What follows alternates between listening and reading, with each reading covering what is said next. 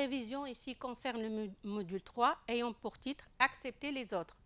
Comme on a fait la séance précédente, on va faire ensemble une étude de texte, ça veut dire un texte avec des questions et aussi des exercices de langue, grammaire, conjugaison, orthographe. On va présenter le thème. Donc, regardez les deux images. Vous avez un Africain, un Asiatique et une Européenne qui sont ensemble, qui rient ensemble. Il y a beaucoup d'entente entre eux. Vous voyez dans l'image suivante, pour vivre tous ensemble, respectons-nous. Ça veut dire l'homme doit respecter la femme, le grand doit respecter le petit doit respecter le grand, la fille doit respecter le garçon, et ainsi de suite. C'est une relation ici mutuelle. Donc, c'est vrai, on est tous différents. Donc, comme on a vu l'Africain, l'Asiatique et l'Européen, on est différents de taille, de genre, de religion aussi, de couleur de la peau ici. On peut être handicapé, on peut être aussi riche ou aussi pauvre. L'essentiel, c'est qu'on doit s'accepter et se respecter. Donc, on doit s'accepter, la personne doit s'accepter soi-même et aussi, il doit respecter et se respecter. J'ai bien dit, c'est une relation mutuelle. Bien. Donc, vous voyez, pas mal de mots. Vous avez l'unité, l'acceptation, l'amour, la solidarité, les valeurs, la compréhension, l'humilité, le partage, compréhension, fraternité. Tous ces mots-là, ici, on a déjà vu en présentant le thème. Très bien. Donc, qu'est-ce qu'on va dire si on récapitule, mes chers élèves? Accepter les autres tels qu'ils sont est absolument nécessaire à la création, au maintien de bonnes relations entre les gens. Très bien, donc, on va commencer par le texte qui s'intitule « Le petit chose ». On va lire le texte. Quand j'entrais dans la classe, les élèves ricanèrent. Ils disaient « Tiens, il a une blouse ». Ce qui me frappa d'abord, à mon arrivée au collège, c'est que j'étais le seul avec une blouse. À Lyon, les fils de riches ne portent pas de blouse. Le professeur fit grimace. Depuis lors, quand il me parla, ce fut toujours du bout des lèvres, d'un air méprisant. Jamais il ne m'appela par mon nom. Comme si j'étais trop pauvre pour avoir une personnalité. Il disait « Hé, vous, là-bas, le petit chose !» Je lui avais dit pourtant plus de 20 fois que je m'appelais Daniel S7. À la fin, mes camarades me surnommèrent le petit chose. Et le surnom me resta. Ce n'était pas seulement ma blouse qui me distinguait des autres enfants. Les autres avaient de beaux cartables en cuir jaune, des encriers de buis qui sentaient bon, des cahiers cartonnés, des livres neufs, avec beaucoup de notes dans le bas.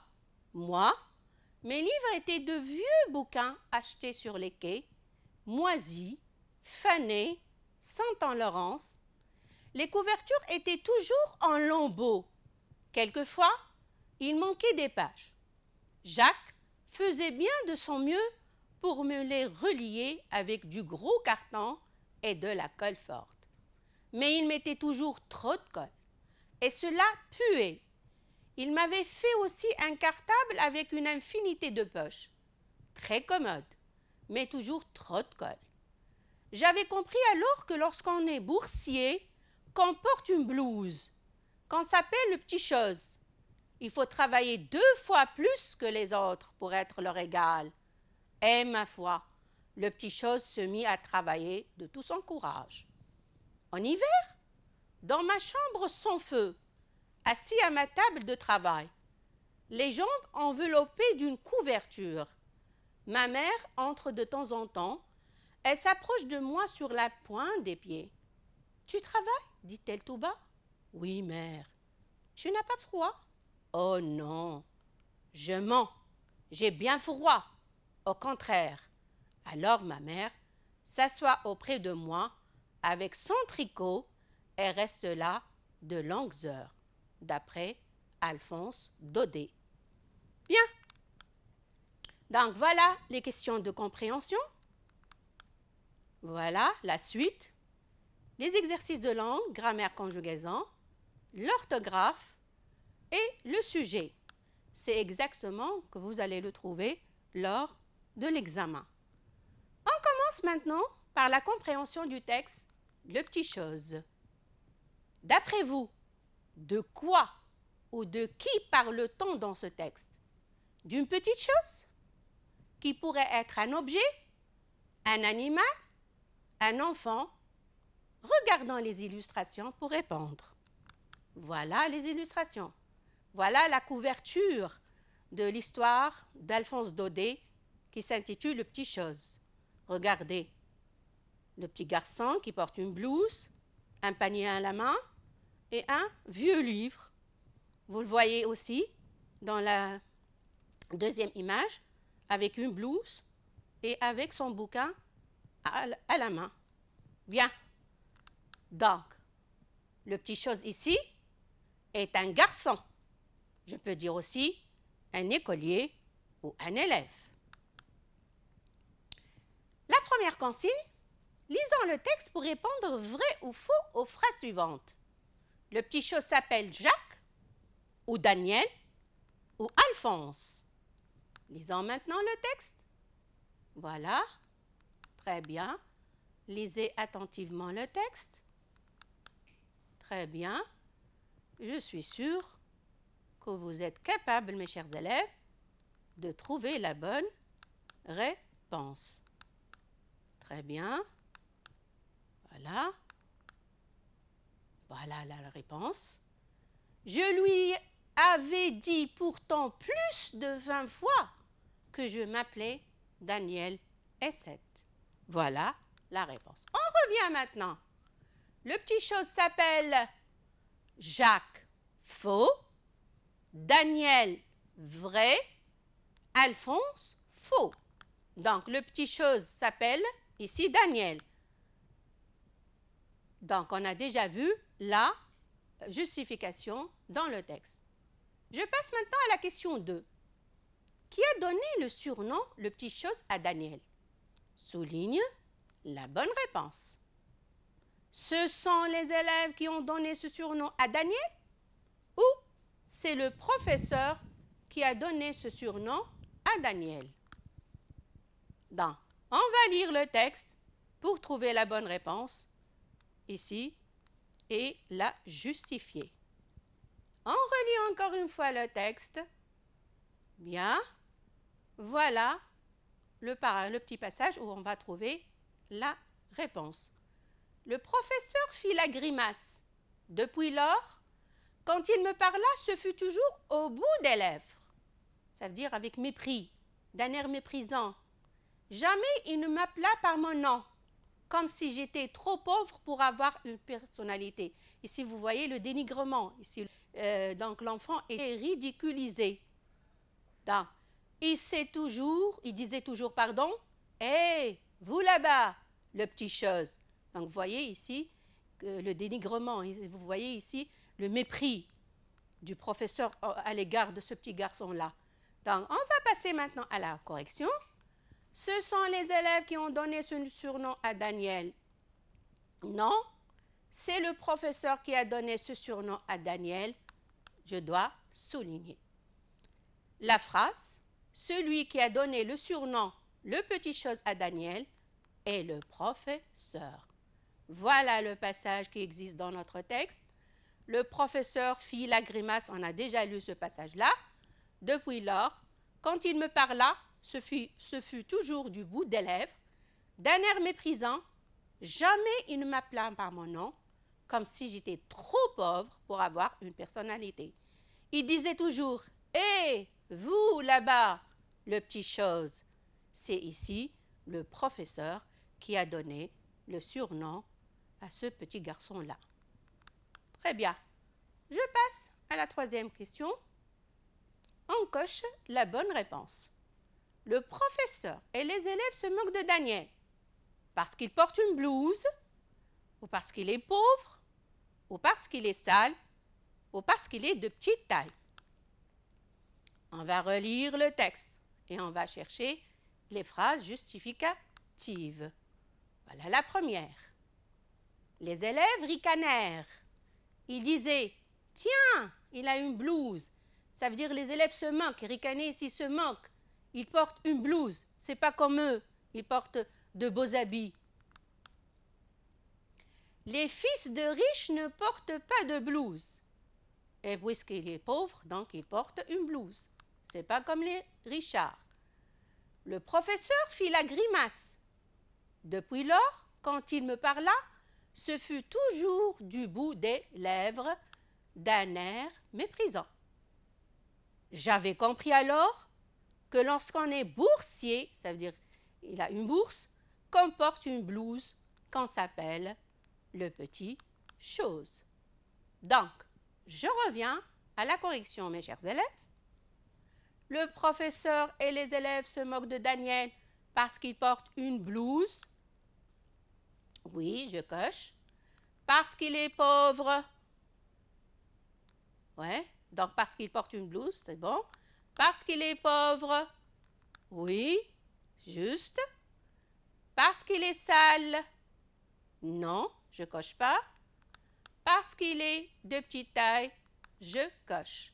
Donc, le professeur et les élèves se moquent de Daniel parce qu'il porte une blouse, parce qu'il est pauvre et parce qu'il est de petite taille.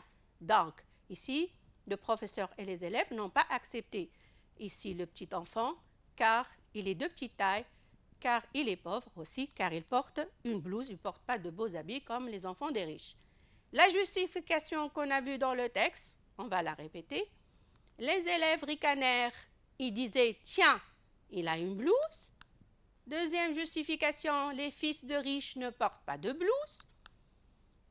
J'avais compris alors que lorsqu'on est boursier, qu'on porte une blouse, qu'on s'appelle le petit chose.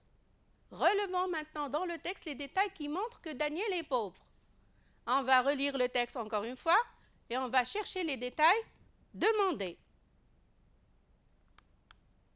Voilà le texte. Donc, on va le relire. Ça y est. Donc, je suis sûre que vous avez trouvé la réponse. Comme si j'étais trop pauvre pour avoir une personnalité. Ce n'était pas seulement ma blouse qui me distinguait des autres enfants. Les autres avaient de beaux cartables en cuir jaune, des encriers de buis qui sentaient bon. Les encriers ici, ce sont des bouteilles où on met de l'encre pour écrire. Buis ici, une sorte d'arbre qui est toujours vert. Bien.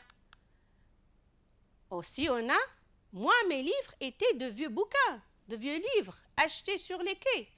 Ça veut dire qu'il n'a pas acheté ses livres d'une librairie. C'est sur les quais. Moisis, ils sont pleins de moisissures. Fanés aussi, ils ont perdu leur éclat. Ils sentent le ronce. Ici, le ronce, c'est une odeur ici forte. Les couvertures étaient toujours en lambeaux, en morceaux. Quelquefois, il manquait des pages. Bien. Les détails qui montrent que Daniel est pauvre. Comme si j'étais trop pauvre pour avoir une personnalité. Ce n'était pas seulement ma blouse qui me distinguait des autres enfants. Les autres avaient de beaux cartables en cuir jaune, des encriers de buis qui sentaient bon. Moi, mes livres étaient de vieux bouquins achetés sur les quais, moisis, fanés, sentant le ronce. Les couvertures étaient toujours en lambeaux. Quelquefois, il manquait des pages. On termine avec la 6e question. On va commencer par le A. Que penses-tu du comportement du professeur à l'égard de Daniel, qu'il a surnommé le petit chose? Le professeur ici est méchant. Il est injuste. On peut ajouter d'autres aussi adjectifs. Le professeur ne respecte pas les différences. Il maltraite Daniel à cause de sa pauvreté.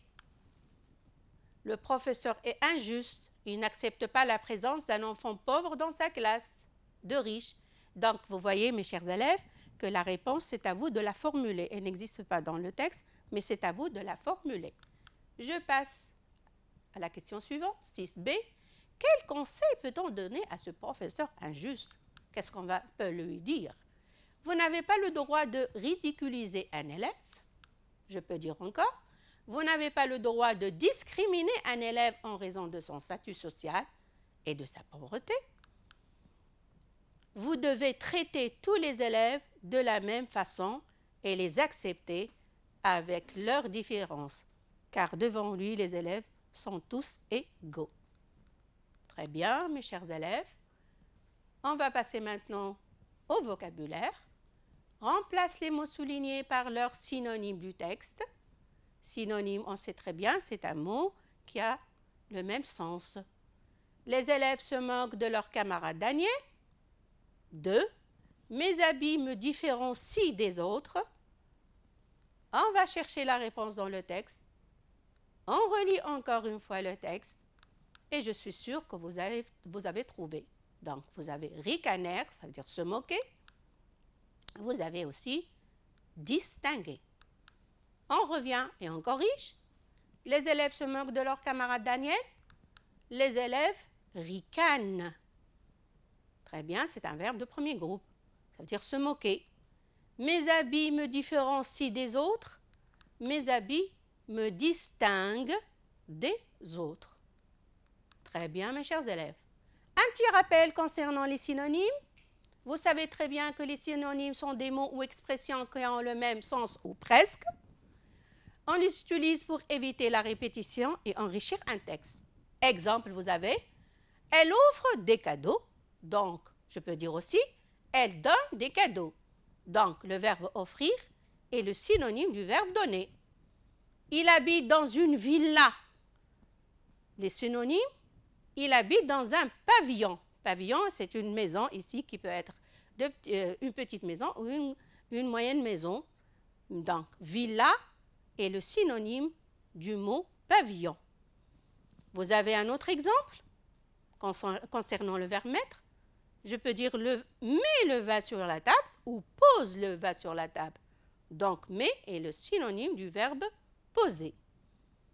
Quatrième image, vous avez expression avec le verbe faire. Il fait des photos de tout ce qu'il voit, ou aussi on peut dire il photographie tout ce qu'il voit. Donc le verbe faire est le synonyme du verbe photographier. Bien. Passons maintenant à la question suivante. Remplace le mot souligné par son antonyme ou le contraire parmi les expressions suivantes. Un cartable avec une infinité de poches veut dire un grand nombre ou quelques. Donc, la réponse c'est quelques. Un cartable avec une infinité de poches est le contraire de quelques. On va corriger, on va dire un cartable avec quelques poches. Très bien, mes chers élèves. Revenons aussi à un petit rappel concernant les antonymes ou les contraires. Vous savez que les contraires sont des mots de sens opposé. Long, c'est le contraire de rapide. Monter, c'est le contraire de descendre.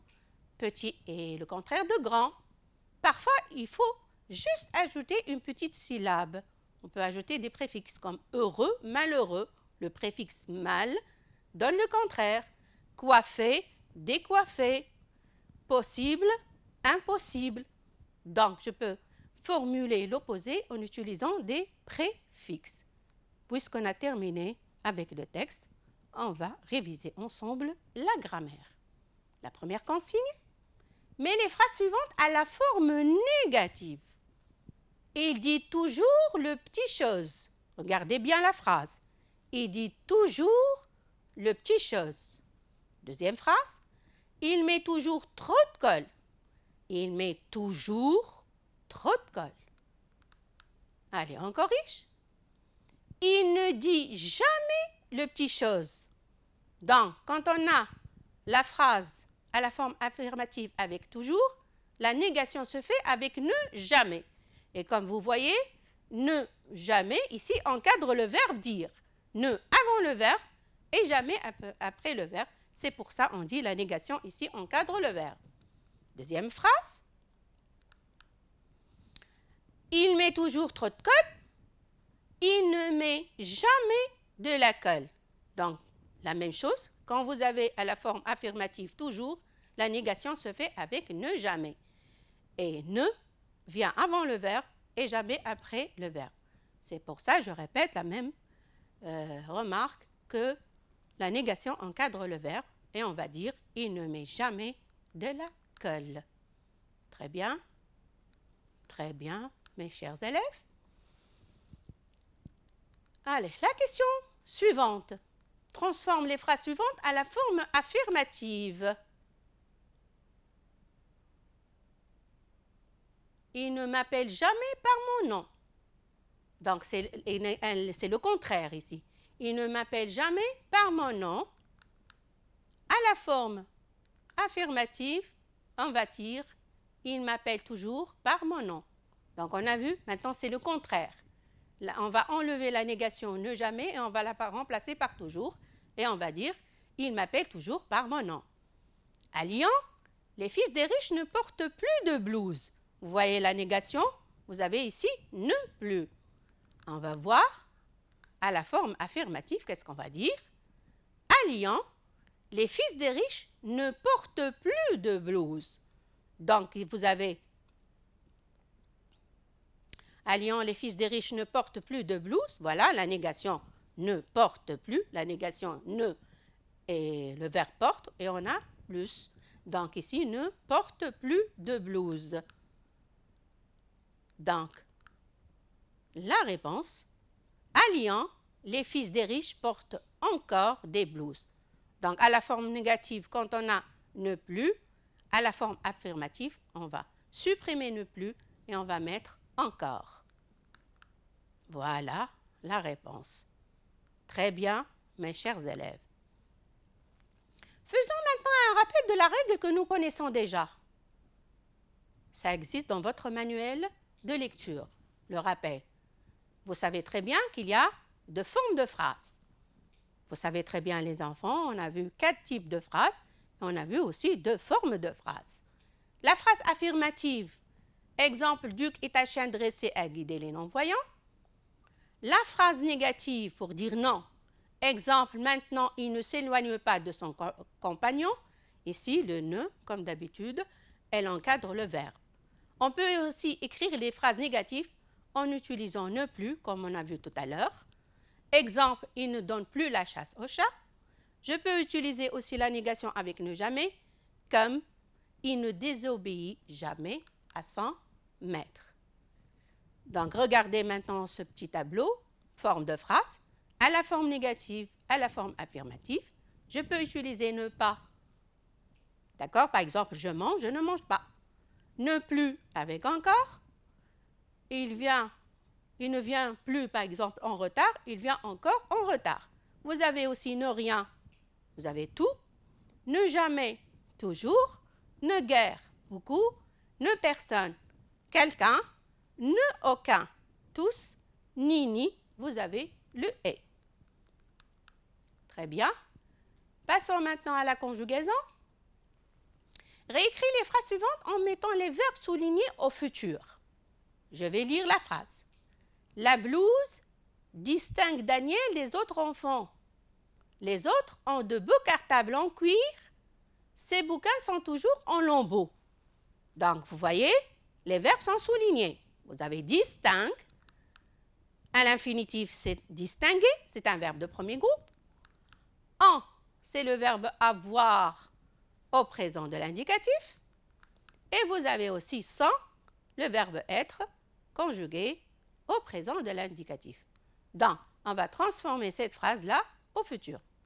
Et on va dire, la blouse distinguera Daniel des autres enfants. Les autres auront de beaux cartables en cuir jaune. Ces bouquins seront toujours en lambeaux. Je reviens distinguer comment j'obtiens le futur. Je mets le verbe à l'infinitif et j'ajoute la terminaison de futur. Vous avez le verbe avoir au futur et le verbe être qu'on a déjà vu en classe, mes chers élèves. Maintenant, la même phrase, on va la transformer en utilisant la semaine dernière. La semaine dernière, ici, elle indique le passé. Donc, on va utiliser ensemble le passé composé. Je répète la phrase. La blouse distingue Daniel des autres enfants. Les autres ont eu de beaux cartables en cuir jaune. Ces bouquins ont été toujours en lambeaux. Donc, vous voyez ici, on a conjugué des verbes au passé composé. Le passé composé, mes chers élèves, c'est un temps composé. Donc, on a l'auxiliaire et on a le participe passé. Exemple, ici, à distinguer. À, c'est l'auxiliaire à, voir. Et distinguer, c'est le participe passé du verbe distinguer. Très bien. Un petit rappel concernant le futur des verbes en ER. Vous savez, les verbes en ER, ce sont des verbes de premier groupe. Ils se terminent par ER. Comment on va les conjuguer au futur? Donc, pour parler d'une action qui se déroule plus tard, on conjugue le verbe au futur. Bien, exemple, ce soir, donc on va utiliser des termes temporels qui indiquent le futur. Donc, comme demain, comme ensuite, comme plus tard, quand je serai grand. Exemple, quand je serai grand, je serai cosmonaute. Pour conjuguer ces verbes-là, on écrit son infinitif, ça veut dire je mets le verbe à l'infinitif, et j'ajoute la terminaison du futur, à savoir AI, AS, A, ONS, EZ, ONT. Exemple, on va prendre le verbe parler. Je parlerai, tu parleras, il, elle, on parlera, nous parlerons, vous parlerez, il avec S, elle avec S, parleront. Vous voyez ici, en rouge, la terminaison et aussi le verbe à l'infinitif. Et on a ajouté à ces verbes-là la terminaison du futur. Très bien. On va revoir, vous avez déjà vu ça en classe, et je sais très bien que vous l'avez appris. Au futur, le verbe être, je serai, tu seras. Il, elle, on sera, nous serons, vous serez. Il, elle, seront. Pour le verbe avoir, au futur, j'aurai, tu auras. Il, elle, on aura. Nous aurons, vous aurez. Il, elle, auront. Pour formuler ici le passé composé des verbes en ER, donc comme vous voyez, on a des termes temporels comme autrefois, comme hier, avant-hier, ainsi de suite. Il nous faut un auxiliaire être ou avoir. Donc, il y a des verbes qui se conjuguent avec l'auxiliaire être. Il y a d'autres avec l'auxiliaire avoir. Et on a aussi le participe passé du verbe donner. Donc avec l'auxiliaire être, donc il y a un accord, comme le verbe tomber. Regardez le verbe tomber. Donc, on va le conjuguer au passé composé.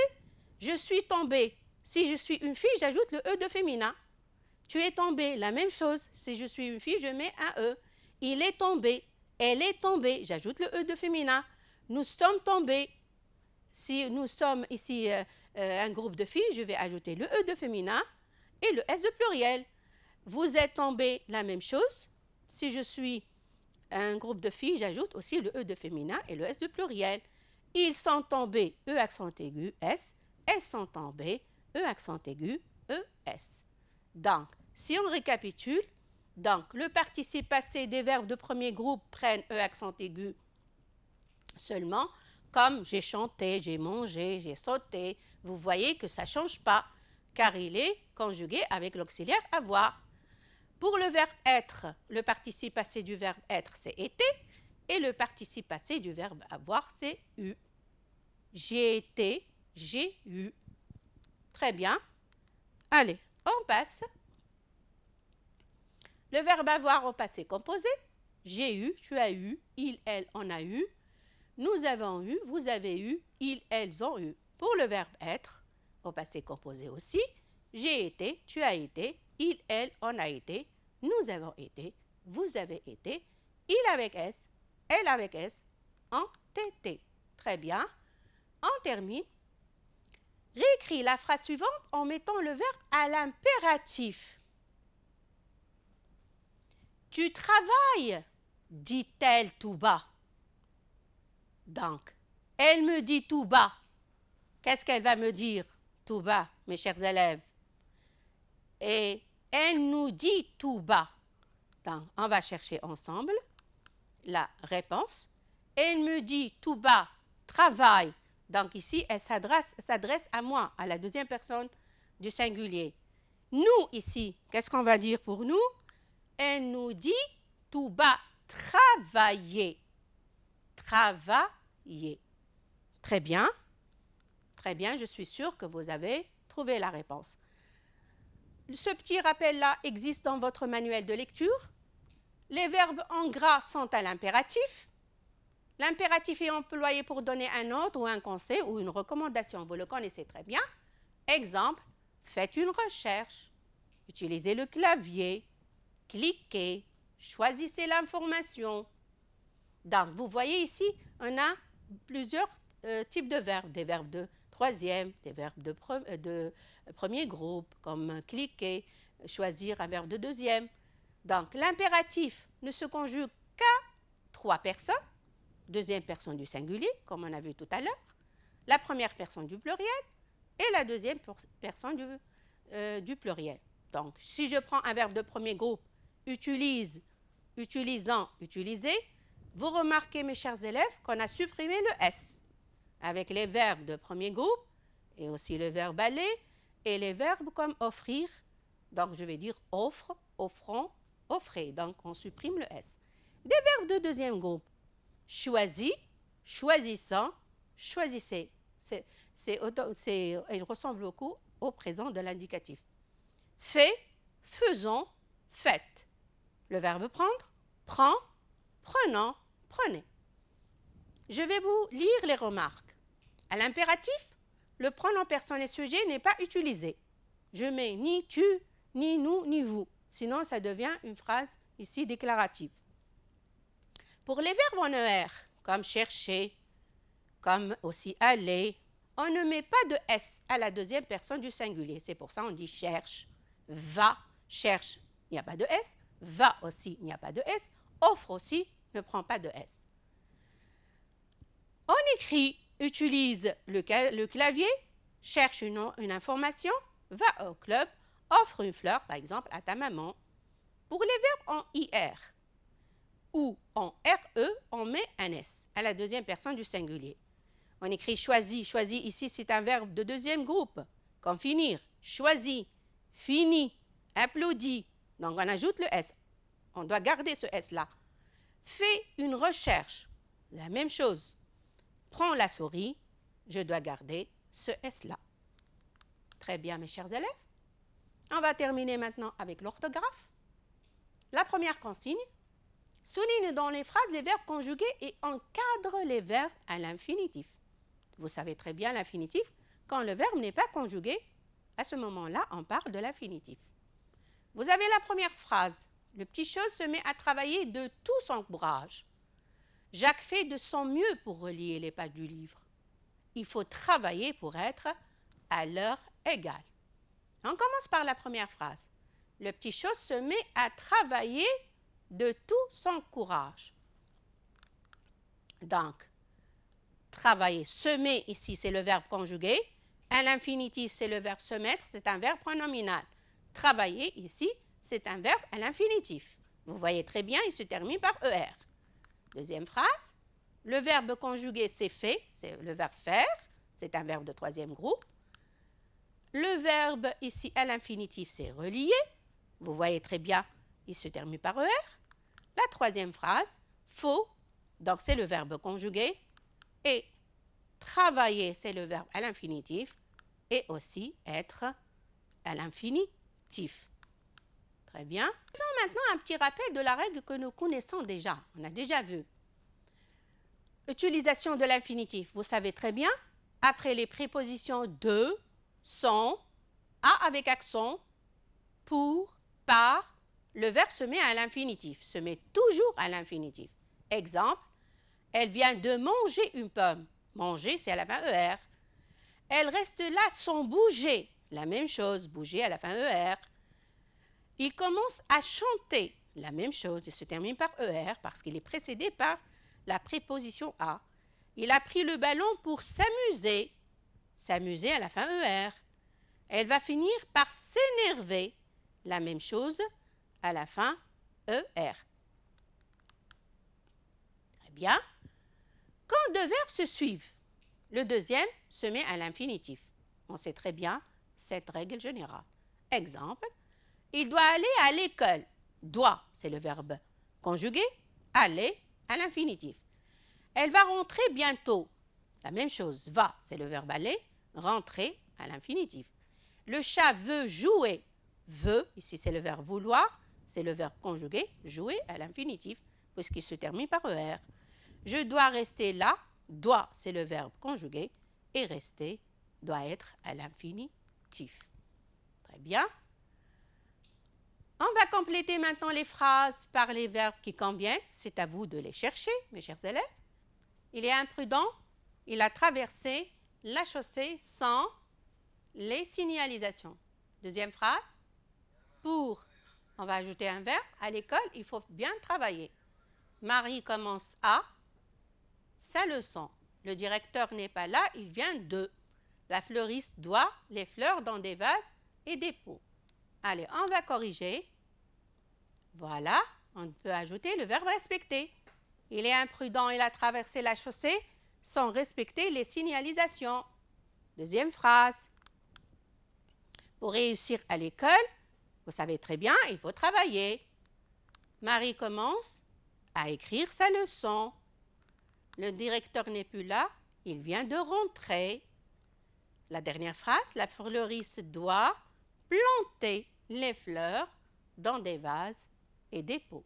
Donc, on a ajouté respecter, réussir, écrire, rentrer et planter. Et vous voyez très bien que ces verbes-là sont à l'infinitif. Mes chers élèves, la leçon a pris fin. Merci de votre attention et bonne chance pour les examens. Au revoir.